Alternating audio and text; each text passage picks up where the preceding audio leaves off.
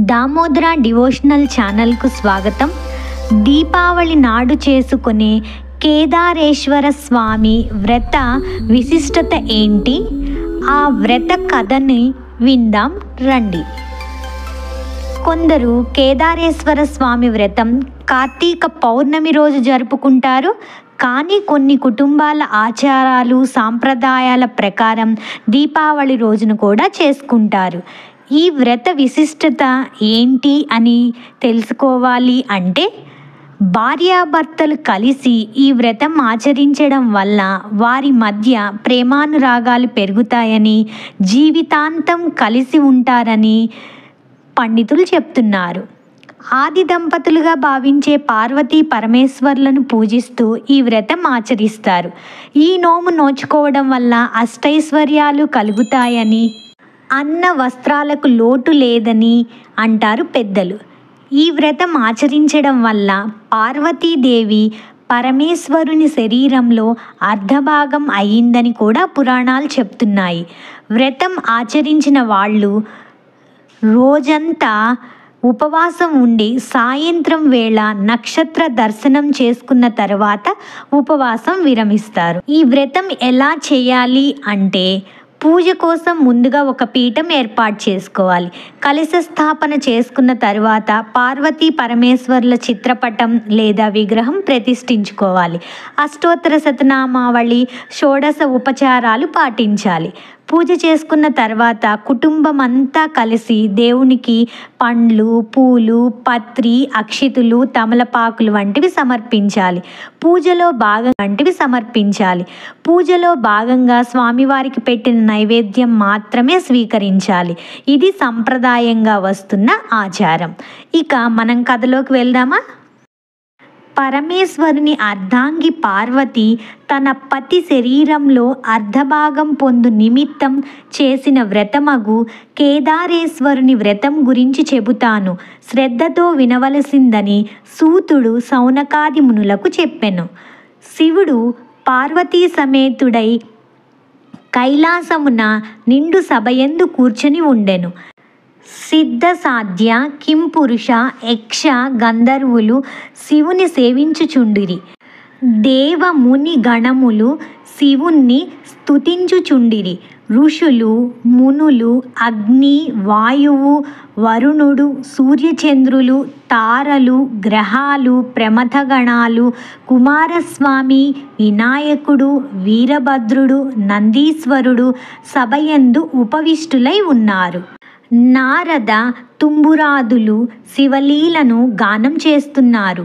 రసాల, సాల, తమాల, వకుళ, నారికేళ, చందన, పనస, జంబూ వృక్షములతోనూ, చెంపక, పున్నాగ, పారిజాతాది పుష్పాదులతోనూ, మణిమయ మకుట కాంతులతో, చెలువొందు నదీనద పర్వతములతోనూ చతుర్దశ భువనాలు పులకరిస్తున్నాయి.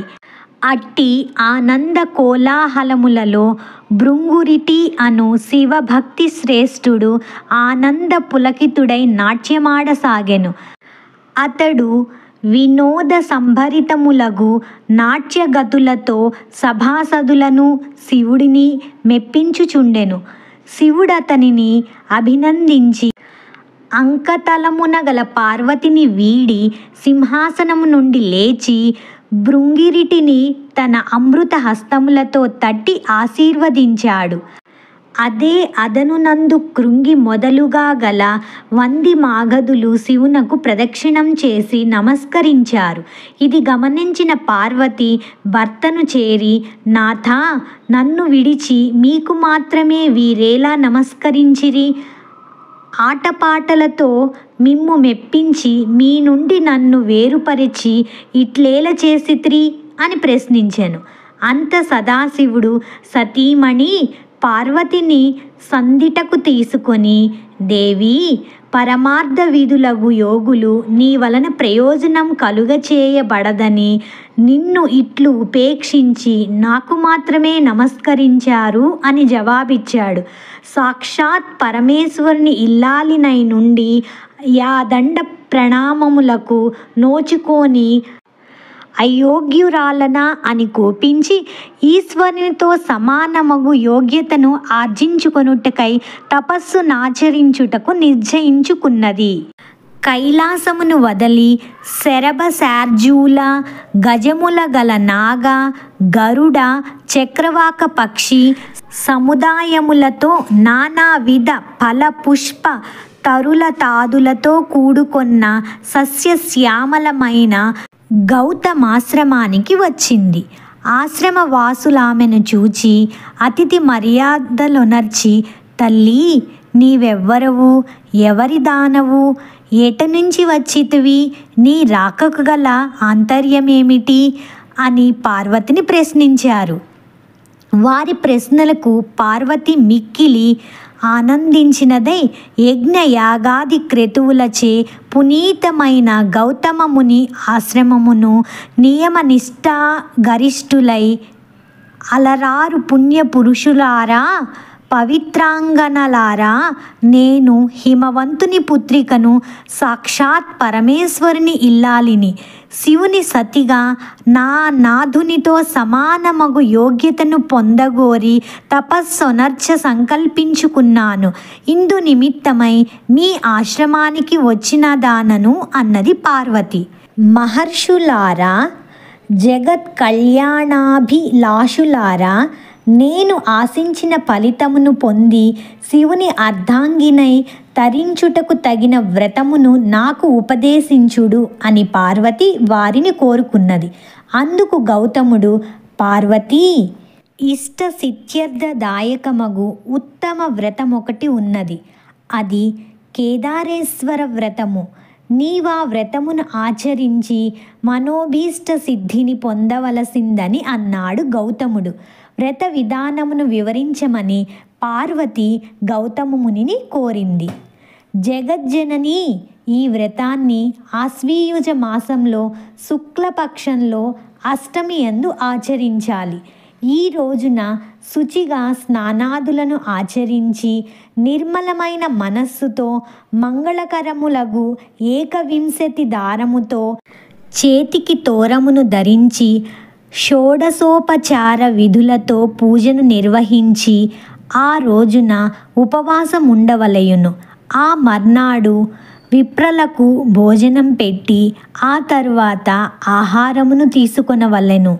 ఇలా వ్రతం ఆచరించిన నాటి నుండి అమావాస్య వరకు పూజాక్రమములతో కేదారేశ్వరుణ్ణి ఆరాధించవలెను. ధాన్యరాశిని పోసి అందు పూర్ణకుంభము నుంచి 21 పర్యాయములు సూత్రమును చుట్టి పట్టు వస్త్రములతో దానిని కప్పి ఉంచి నవరత్నములను గాని సువర్జములను గాని ఉంచి గంధ పుష్పాక్షంతులతో పూజించాలి.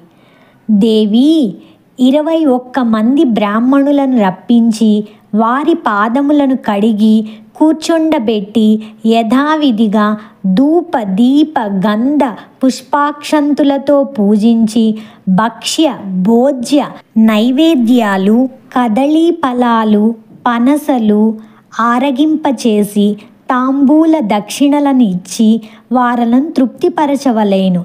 ఆ తీరున వ్రతమాచరించిన వారిని శివుడు అనుగ్రహించి మనోతిష్ట సిద్ధిని కలుగచేయును అని గౌతముడు పార్వతికి వివరించారు. గౌతమ మహర్షి చెప్పిన విధి విధానములను అనుసరించి పార్వతి కేదారేశ్వర వ్రతాన్ని నిష్టగా భక్తితో చేసింది.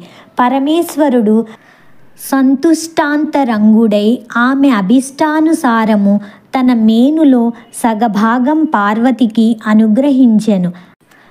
అంత జగదాంబ సంతుష్టాంతరంగయై భర్తతో నిజ నివాసము కైలాసమున కేగెను.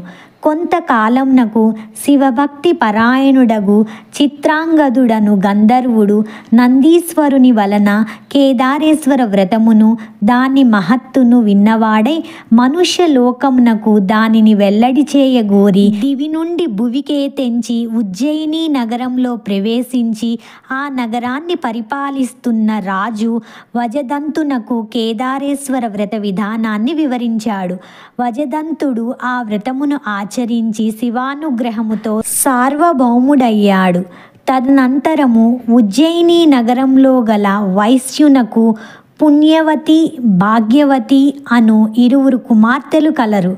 వారు ఒకనాడు తండ్రిని చేరి, జనకా, మాకు కేదార వ్రతమును చేయునకు ఆజ్ఞను ఇమ్ము అని అడిగెను. అందుకతడు, బిడ్డలారా, నేను దరిద్రుడను, సామాగ్రిని సమకూర్చగల పాటి వాడను కూడా కాను.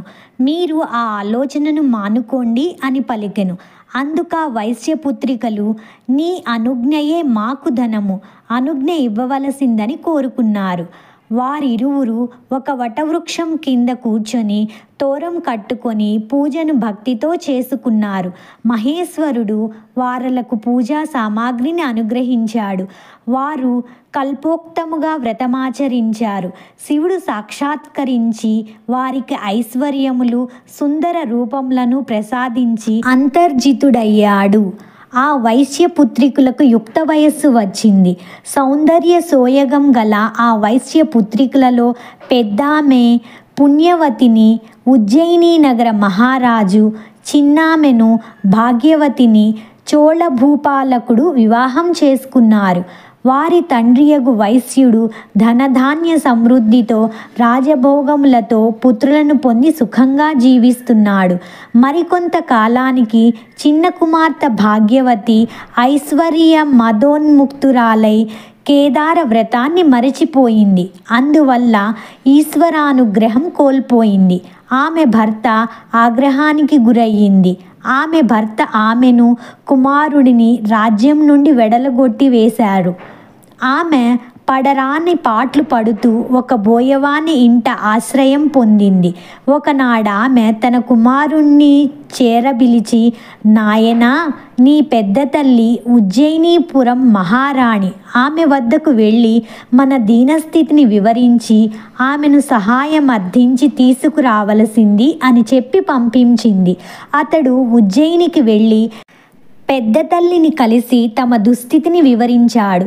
ఆమె కొంత ధనమిచ్చి కుమారుణ్ణి సాగనంపింది. అతడు తిరిగి వస్తుండగా మార్గమధ్యమందు మహేశ్వరుడు చోరుని రూపంలో వానిని అడ్డగించి అతని వద్దగల ధనాన్ని కొల్లగొట్టాడు.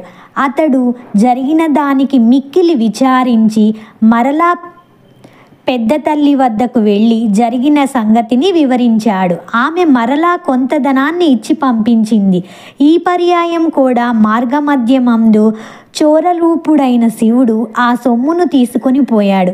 మరలా అతడు పెద్ద తల్లి వద్దకు బయలుదేరగా అంతర్వాహిని నుండి ఈశ్వరుడు, ఓయి, నీవు ఎన్నిసార్లు నీ పెద్ద తల్లిని అడిగి సొమ్ము తెచ్చుకున్నా నీ తల్లి కేదార వ్రతమును మానివేసిన కారణంగా ఆ సొమ్ము నీకు దక్కదు అని హెచ్చరించాడు.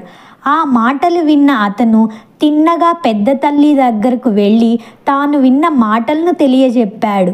అప్పుడు ఆమె బాగా ఆలోచించి అతని చేత కేదార వ్రతము చేయించి డబ్బిచ్చి పంపించింది. తల్లితో కేదార వ్రతమును చేయవలసిందిగా చెప్పమన్నది. అతడు ఆ ప్రకారం తల్లి వద్దకు వెళ్ళి పెద్ద తల్లి ఇచ్చిన సొమ్ము ఇచ్చి వ్రతం చేయవలసిందని పెద్ద తల్లి చెప్పిన మాటలను చెప్పాడు.